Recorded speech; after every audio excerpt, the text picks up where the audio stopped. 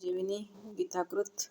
दृष्ट्वा तु पाण्डवानीकं व्यूढं दुर्योधनस्तथा आचार्यमुपसंगम्य राजा वचनं ब्रवीत।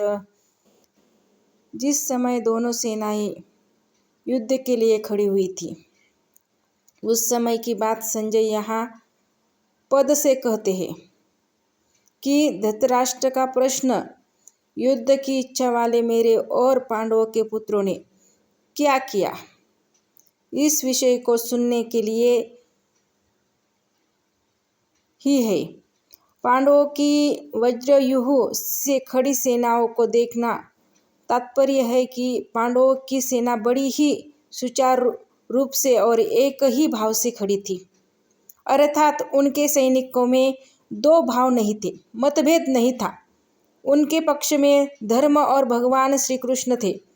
जिसके पक्ष में धर्म और भगवान होते हैं, उसका दूसरों पर बड़ा असर पड़ता है।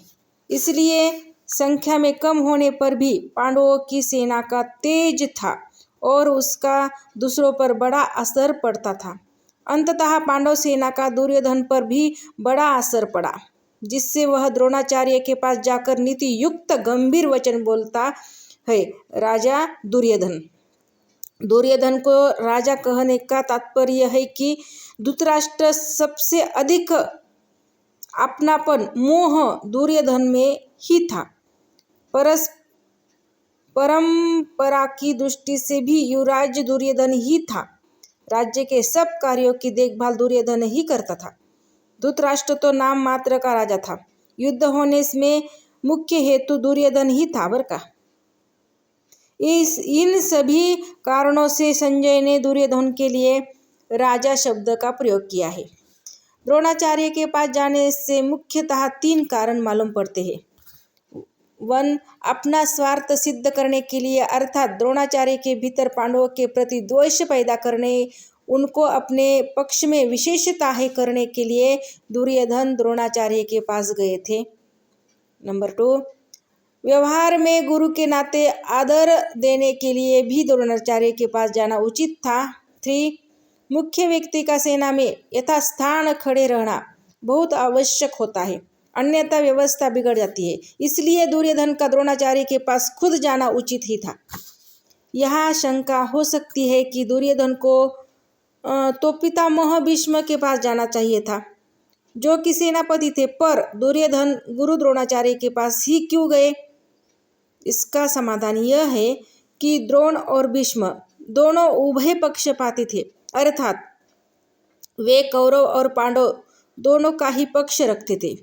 उन दोनों में ही द्रोणाचार्य को ज़्यादा राजी करना था, क्योंकि द्रोणाचार्य साथ दुर्योधन का गुरु के नाते तो स्नेह था, पर कुटुंब के नाते स्नेह नहीं था, और अर्जुन पर द्रोणाचार्य की विशेष कृपा थी। अंततः उनको राजी करने के लिए दुर्योधन का उनके पास जाना ही उचित था।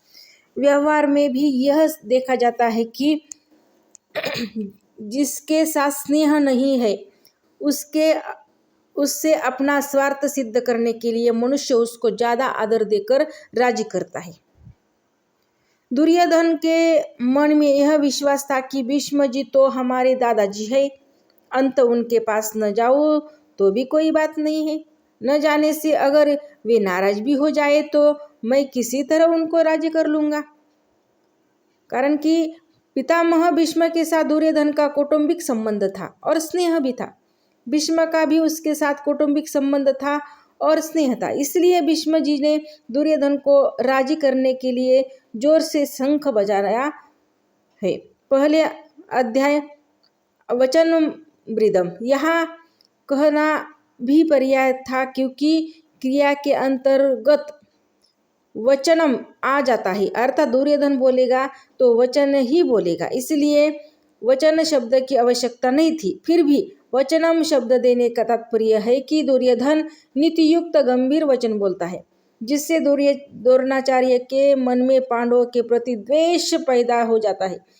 वे हमारे भी पक्ष में रहते हुए ठीक तरह से युद्ध करें, जिससे हमारी विजय हो जाए, हमारा स्वार्थ सिद्ध हो जाएगा। दुर्योधन का उद्देश्य था। राम